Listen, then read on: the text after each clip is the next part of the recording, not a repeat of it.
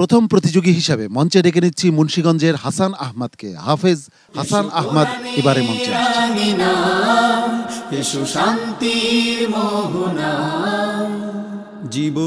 আসসালামু আলাইকুম ওয়া রাহমাতুল্লাহি ওয়া বারাকাতুহু।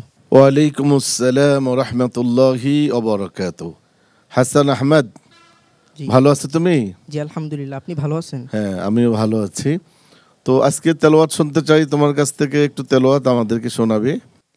আউযু বিল্লাহি মিনাশ শাইতানির রাজীম।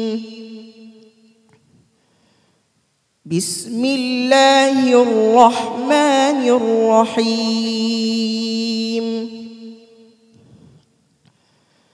وإذ قال إبراهيم رب اجعل هذا البلد آمنا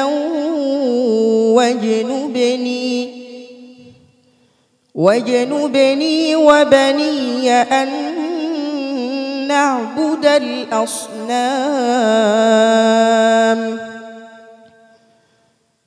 رب إنهن أضللن كثيرا من الناس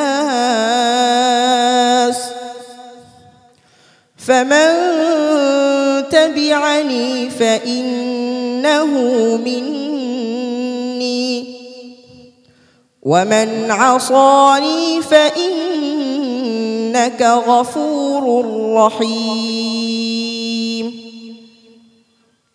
ربنا إني أسكنت من ذريتي بواد غير ذي زرع عند بيتك المحرم ربنا ليقيموا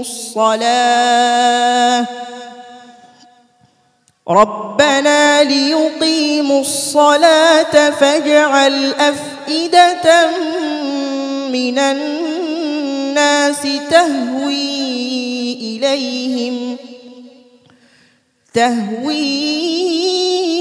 إليهم وارزقهم من الثمرات لعلهم يشكرون ربنا إنك تعلم ما نخفي وما نعلن وما يخفى على الله من شيء في الأرض ولا في السماء الحمد لله الذي وهب لي على الكبر إسماعيل وإسحاق إن ربي لسميع الدعاء رب اجعلني مقيم الصلاة ومن ذريتي ربنا وتقبل دعاء ربنا اغفر لي ولوالدي وللمؤمنين يوم يقوم الحساب ولا تحسبن الله غافلا عما يعمل الظالمون إنما يؤخرهم ليوم تشخص فيه الأبصار مهطعين مقنعي رؤوسهم لا يرتد إليهم طرفهم وأفئدتهم هواء وأنذر الناس يوم يأتيهم العذاب فيقول الذين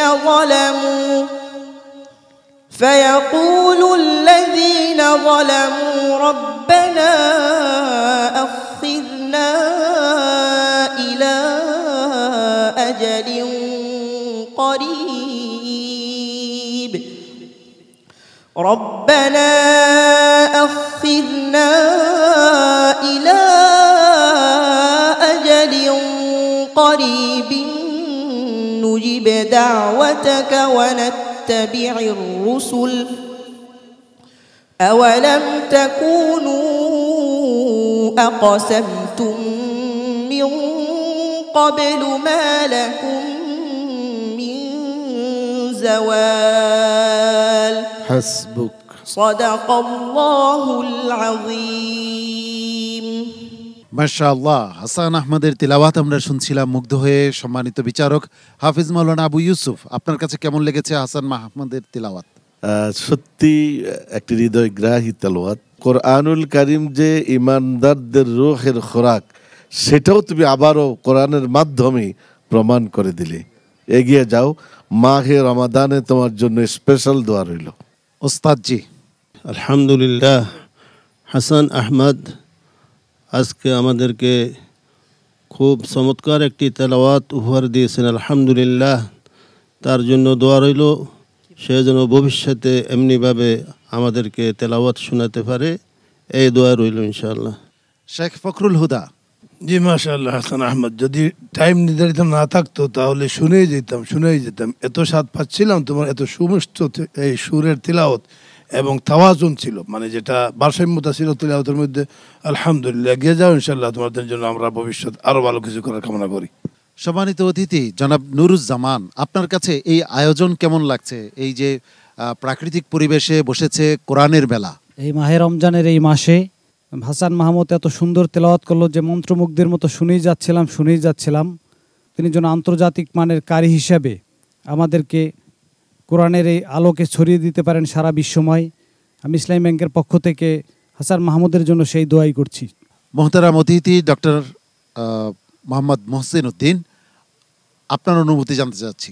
আলহামদুলিল্লাহ, হাসান আহমদের দরদি সুরেলা কণ্ঠে যে তেলাওয়াত শুনলাম, শুনে অত্যন্ত মুগ্ধ, অত্যন্ত আনন্দিত।